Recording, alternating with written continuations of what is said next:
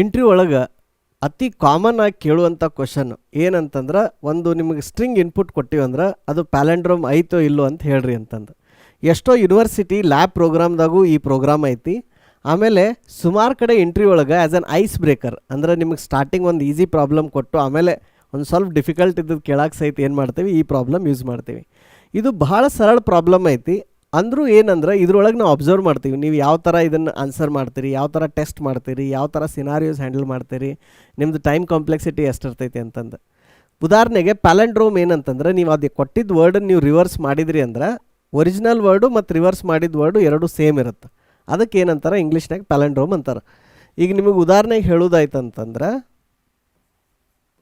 Ma'am, MOM ma'am, ನೀವು ಇದನ್ನು ಉಲ್ಟಾ ಮಾಡಿದ್ರೆ ಏನಾಗುತ್ತೆ, ಇದು MOM ಇರುತ್ತೆ. ಸೊ ಒರಿಜಿನಲ್ ಆ್ಯಂಡ್ ಇದು ಎರಡು ಸೇಮ್ ಆಗುತ್ತೆ, ಆವಾಗ ಇಟ್ ಈಸ್ ಅ ಪ್ಯಾಲೆಂಡ್ರೋಮ್. ಇದೇ ರೀತಿ ನಿಮ್ಮ ಕನ್ನಡದಾಗ ಹೇಳ್ಬೇಕಂತಂದ್ರೆ ಗದಗ್. ಸೊ ನೀವು ಗದಗನ್ನು ನೀವು ರಿವರ್ಸ್ ಮಾಡಿದ್ರೆ ಏನಾಗುತ್ತೆ, ಅದು ಗದಗನೇ ಆಗುತ್ತೆ. ಸೊ ಈ ಥರ ಒಂದು ಫಂಕ್ಷನ್ ಬರೋದು, ಆ ಫಂಕ್ಷನ್ ಒಳಗೆ ಒಂದು ಇನ್ಪುಟ್ ತೊಗೊಂಡಿರ್ತೀರಲ್ಲ, ಆ ಇನ್ಪುಟ್ ರಿವರ್ಸ್ ಮಾಡಿ ಅದನ್ನು ಚೆಕ್ ಮಾಡಬೇಕು, ಇದು ಪ್ಯಾಲೆಂಡ್ರೋಮ್ ಐತೆ ಇಲ್ಲ ಅಂತ. ಸೊ ಯೂಶಲಿ ಕ್ವಶನ್ ಏನಿರುತ್ತೆ ಇಂಟ್ರ್ಯೂ ಒಳಗಂದ್ರೆ, ರೈಟ್ ಅ ಫಂಕ್ಷನ್ ಅಂತ ಇರ್ತೈತಿ. ಮೇನಿಂದ stdio.h ಹಾಕಿ ಇನ್ಪುಟ್ ತೊಗೊಂಡು ಹಾಗೆಲ್ಲ ಯೂಶಲಿ ಕೇಳಲ್ಲ. ಯೂಶಲಿ ರೈಟ್ ಅ ಫಂಕ್ಷನ್ ಅಂತ ಇರುತ್ತೆ. ಒಂದು ಫಂಕ್ಷನ್ ಬರೀರಿ ಅದನ್ನು ಮಾಡೋಕ್ಕಂತ. And function should return true if it is palindrome and false if it is not. ಈ ಥರ ಇನ್ನೊಂದು ಕಂಡೀಷನ್ ಏನಿರುತ್ತೆ ಇದ್ರ ಜೊತೆಗೆ, ಸ್ಟ್ಯಾಂಡರ್ಡ್ ಲೈಬ್ರರಿ ಫಂಕ್ಷನ್ ಯೂಸ್ ಮಾಡಬೇಡ್ರಿ ಅಂತ. ಸ್ಟ್ಯಾಂಡರ್ಡ್ ಲೈಬ್ರರಿದು ಯಾವುದೇ ಸ್ಟ್ರಿಂಗ್ ರಿಲೇಟೆಡ್ ಫಂಕ್ಷನ್ ಯೂಸ್ ಮಾಡೋಕ್ಕೆ ಹೋಗಬೇಡ್ರಿ ಅಂತ ಇರುತ್ತೆ. ಸೊ ಸುಮಾರು ಮಂದಿಗೆ ಏನಾಗುತ್ತೆ, ರೈಟ್ ಅ ಫಂಕ್ಷನ್ ಅಂದ್ರೆ ನಾನು ಅಲ್ಲೇ ಸ್ಟಕ್ ಆಗ್ಬಿಡ್ತಾರೆ. ಯೂಸರ್ ಇನ್ಪುಟ್ ತೊಗೊಂಡು ಕೋಡ್ ಬರೆಯೋಕೆ ಬರ್ತಿರ್ತೈತಿ, ಬಟ್ ಆ ಲಾಜಿಕ್ನ ಒಂದು ಸಪ್ರೇಟ್ ಫಂಕ್ಷನ್ ಹೆಂಗೆ ಮಾಡಬೇಕು, ಇಲ್ಲಿ ಏನು ಇನ್ಪುಟ್ ಹೋಗುತ್ತೆ ಏನು ಔಟ್ಪುಟ್ ಹೋಗುತ್ತೋ ಅಲ್ಲಿ ಕನ್ಫ್ಯೂಷನ್ ಆಗುತ್ತೆ. ಇಲ್ಲಿ ಭಾಳ ಈಸಿಯಾಗಿ ಹೇಳಿಬಿಟ್ಟಾರ ಅವ್ರು ನಿಮಗೆ, write a function to find if given string. Usually ಈ ವರ್ಡ್ ಏನು ಕೊಡ್ತಾರಲ್ಲ ಗಿವನ್ ಸ್ಟ್ರಿಂಗ್ ಅಂತ, this indicates that this is the input. Okay, ಆಮೇಲೆ ರಿಟರ್ನ್ ಅಂತ ಇರ್ತೈತಲ್ಲ, ದಿಸ್ ರಿಟರ್ನ್ ಇಂಡಿಕೇಟ್ಸ್ ಔಟ್ಪುಟ್.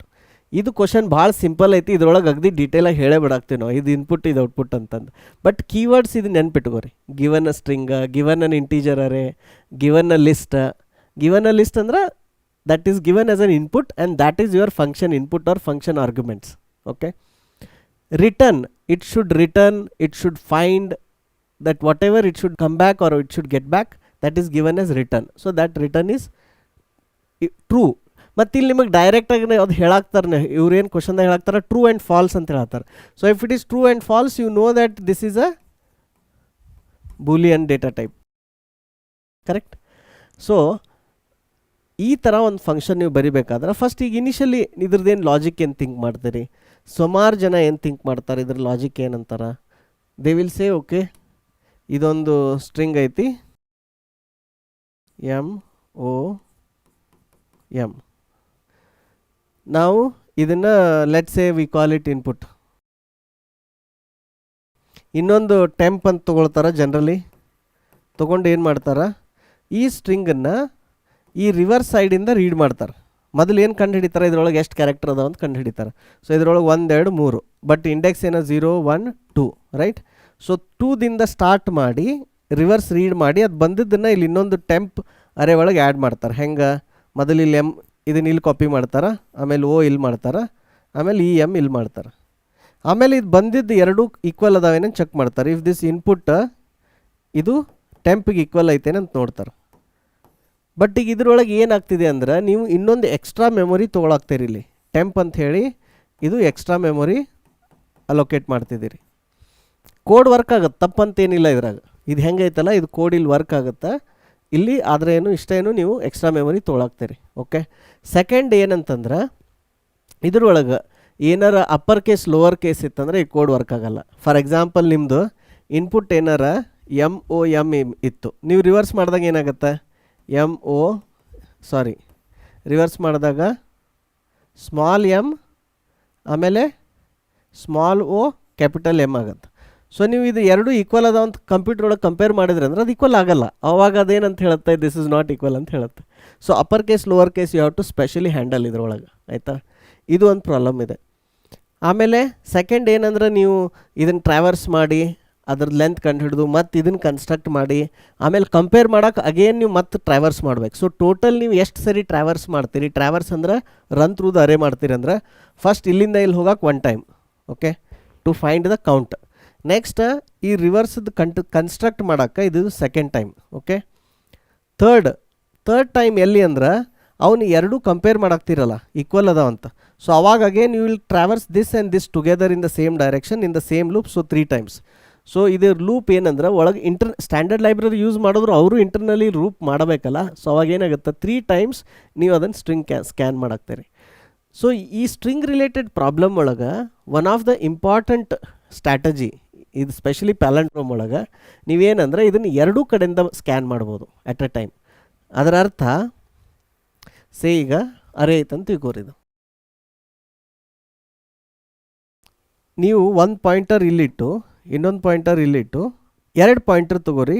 ಈಗ ಇಲ್ಲೊಂದು ಪಾಯಿಂಟರ್ ಇಡ್ರಿ, ಏನಂತಂದ ಸ್ಟಾರ್ಟ್ ಅಂತ, ಇಲ್ಲಿದೊಂದು ಎಂಡ್ ಅಂತ ಇಡ್ರಿ. ಸೊ ಫಸ್ಟ್ ನೀವು ಏನು ಮಾಡಿರಿ, ಇದೆರಡು ಕಂಪೇರ್ ಮಾಡಿರಿ, ಯಾವುದು ಇದೆರಡು ಈಕ್ವಲ್ ಅದ ನೋಡಿರಿ. ನೆಕ್ಸ್ಟ್ ಇಲ್ಲಿ ಏನೈತಿ, ಈಗ ಎರಡು ಇಲ್ಲಿ ಬಂದು ಅಂದರೆ ಎರಡು ಸೇಮ್ ಜಾಗದಾಗ ಅದಾವೆ. ಸೇಮ್ ಜಾಗದಾಗ ಇದ್ದು ಅಂದರೆ ಏನು, ಅದು ಸೇಮ್ ಇರಾಕಬೇಕು. So there is nothing. So then it indicates that this is a palindrome. But in case say for example if it is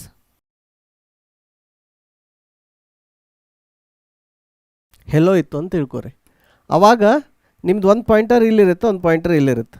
ನೀವು ಇದನ್ನ ಎರಡು ಕಂಪೇರ್ ಮಾಡಿದಾಗ ಏನಾಗುತ್ತೆ, ಇದು ಈಕ್ವಲ್ ಇಲ್ಲ ಅಂತ ಬರುತ್ತೆ. So automatically you can exit the check. ಹಿಂಗೆ ಮಾಡೋದ್ರಿಂದ ಏನಾಗುತ್ತೆ, ನಿಮಗೆ ಫಸ್ಟ್ ಒಂದು ಸರಿ ಇದ್ರ ಲೆಂತ್ ಕಂಡು ಹಿಡಿಯೋಕೆ ಮಾತ್ರ ಟ್ರಾವರ್ಸ್ ಮಾಡಬೇಕು. ಎರಡನೇ ಸರಿ ನೀವು ಇಲ್ಲಿಂದ ಇಲ್ಲಿ ಅಂದರೆ ಓನ್ಲಿ n/2 ಟೈಮ್ಸ್ ಅಷ್ಟೇ ಟ್ರಾವೆಲ್ ಮಾಡಬೇಕಾಗತ್ತೆ.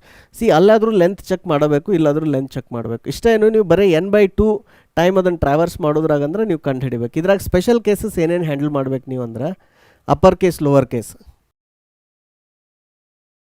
Upper case lower case, numbers special character ಇವೆಲ್ಲ ಇರ್ತಾವಲ್ಲ, that and all you don't have to worry, that anyway there is no upper case lower case. ಆಮೇಲೆ ಸ್ಪೇಸ್ ಇತ್ತಂದ್ರೆ ಸ್ಪೇಸನ್ನು ಹೆಂಗೆ ಹ್ಯಾಂಡಲ್ ಮಾಡಬೇಕು. ಜನರಲಿ ಈ ಕ್ವಶನ್ ನೀವು ಇಂಟರ್ವ್ಯೂಯರ್ ಕೇಳಬೇಕು. ಇನ್ನು ಅದೇನಾದ್ರು ಲೈವ್ ಇಂಟರ್ವ್ಯೂ ಇತ್ತಂದ್ರೆ so how should we handle spaces, should we consider spaces, ಇದೆಲ್ಲ. ಅದಾದಮೇಲೆ ಸೆಕೆಂಡ್ ಏನು, ನಲ್ ಇನ್ಪುಟ್, ಮುಂದೆ ಎಂಟಿ ಸ್ಟ್ರಿಂಗ್. ನಲ್ ಅಂತಂದ್ರೆ ಅದು ವ್ಯಾಲಿಡ್ ವೇರಿಯಬಲ್ ಅಲ್ಲ, ಅಲ್ಲೇನು address, it is pointing to 0 address. Empty ಅಂದ್ರೆ ವ್ಯಾಲಿಡ್ ಅಡ್ರೆಸ್ ಐತಿ ಬಟ್ ಅದ್ರೊಳಗೆ ಕಂಟೆಂಟ್ ಏನೂ ಇಲ್ಲ, ಅದು ಖಾಲಿ ಐತಿ ಅಂದಂಗೆ. ಅದಾದಮೇಲೆ ನಿಮಗೆ ಹೇಳಿದ್ನಲ್ಲ ಈಗ ಆ್ಯಕ್ಚುಯಲ್ ಪ್ಯಾಲೆಂಡ್ರೋಮ್ ಪಾಸಿಟಿವ್ ಇನ್ಪುಟ್, ಆಮೇಲೆ ಈ ಥರ ನೆಗೆಟಿವ್ ಇನ್ಪುಟ್, ಆಮೇಲೆ ಒಂದು upper case lower case we already talked. So ಈ ಥರ ಬೇರೆ ಬೇರೆ ಇನ್ಪುಟ್ಗೆ ನಿಮ್ಮ ಕೋಡ್ ವರ್ಕ್ ಆಗಬೇಕು. ಸೊ ಈಗ ಇದ್ರ ಉದಾಹರಣೆಗೆ ನೀವು ಈ ಪ್ರಶ್ನೆ ಕೇಳಿದಾಗ ಈ ಕ್ವಶನ್ಗೆ ಅಪ್ರಾಪ್ರಿಯೇಟ್ ಫಂಕ್ಷನ್ ಡಿಕ್ಲರೇಷನ್ ಅಂದರೆ ಈ ಥರ ಏನಂದರೆ ನೀವು ಇಲ್ಲಿ ಬೂಲಿಯನ್ ಡೇಟಾ ಟೈಪ್ ಯೂಸ್ ಮಾಡಬೇಕು. ಬೂಲಿಯನ್ ಡೇಟಾ ಟೈಪ್ ಯೂಸ್ ಮಾಡಿ ಈ ಪ್ಯಾಲೆಂಡ್ರೋಮ್ ಫಂಕ್ಷನ್ ಹೆಸರು ಇಲ್ಲಿ ಕ್ಯಾರೆಕ್ಟರ್ ಇನ್ಪುಟ್ ತೊಗೊಳಾಗ್ತೇವೆ. ಇದು ಆಲ್ಮೋಸ್ಟ್ ಸೀದ್ ಸಿಂಟ್ಯಾಕ್ಸ್ ಐತಿ, ಆಯಿತಾ. ಆಮೇಲೆ ಇದಕ್ಕೆ ಇನ್ಪುಟ್, ಈಗ for example radar is an input, output is true, hello is an input, output is false. ಈ ಥರ ನೀವು ಬರೋದು. ಈಗೇನಿದ್ರದ್ದು ಈ ಪ್ಯಾಲೆಂಡ್ರೋಮ್ ಅಂತ ಕೋಡ್ ಐತಲ್ಲ, ಈ ಕೋಡನ್ನು ಬರಿಬೇಕಾದ್ರೆ you can handle all those ಇವೇನು ಕಂಡೀಷನ್ಸ್ ಹೇಳಿದ್ನಲ್ಲ ಆ ಥರ. ಸೊ ನೀವು ಇದನ್ನೇನು ಮಾಡಿರಿ, ಇದೆಲ್ಲ ಕಂಡೀಷನ್ಸ್ ಇದೆಲ್ಲ ಅಲ್ಗೋರಿದಮ್ ಯೂಸ್ ಮಾಡಿ ಈ ಕೋಡ್ ಬರೆಯೋಕ್ಕೆ ಟ್ರೈ ಮಾಡಿರಿ.